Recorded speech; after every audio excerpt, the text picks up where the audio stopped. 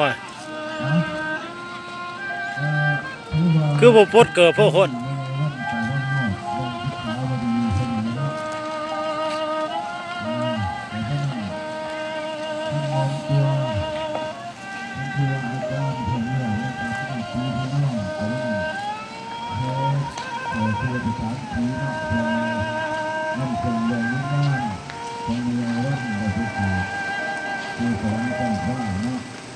แต่ว่าด้านแขกทั้งหลายนะที่เขาหัวไม่มาก